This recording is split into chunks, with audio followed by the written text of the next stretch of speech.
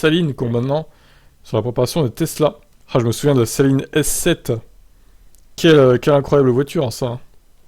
Alors, je vais vous la montrer si vous l'avez jamais vue. Oh là là, c'est incroyable. Incroyable, je l'ai conduite dans Gran Turismo, cette voiture, évidemment. Sur les vieux Gran Turismo, hein. Parce qu'elle y est plus sur les récents, maintenant.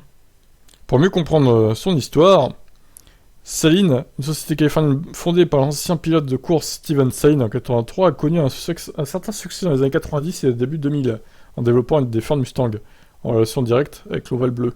Elle pouvait même s'appuyer sur son réseau de vente. À son apogée, elle a également lancé la Saline S7, tandis que, toujours pour Ford, elle a signé un contrat pour assembler et peindre la Ford GT. Puis la crise de 2008 est arrivée et la société a fait faillite.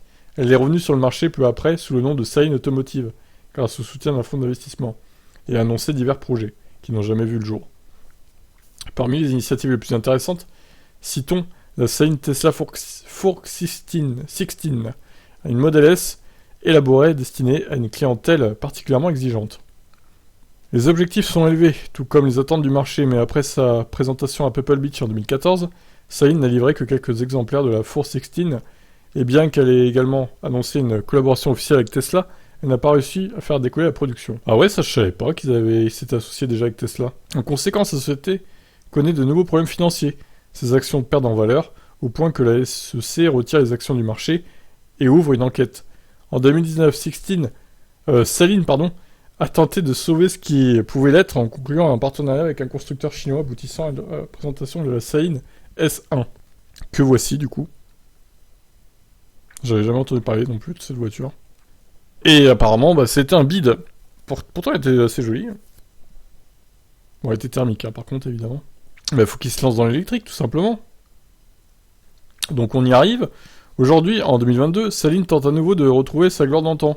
La société a commencé à rechercher des financements pour lancer ce qu'elle présente comme un plan d'expansion.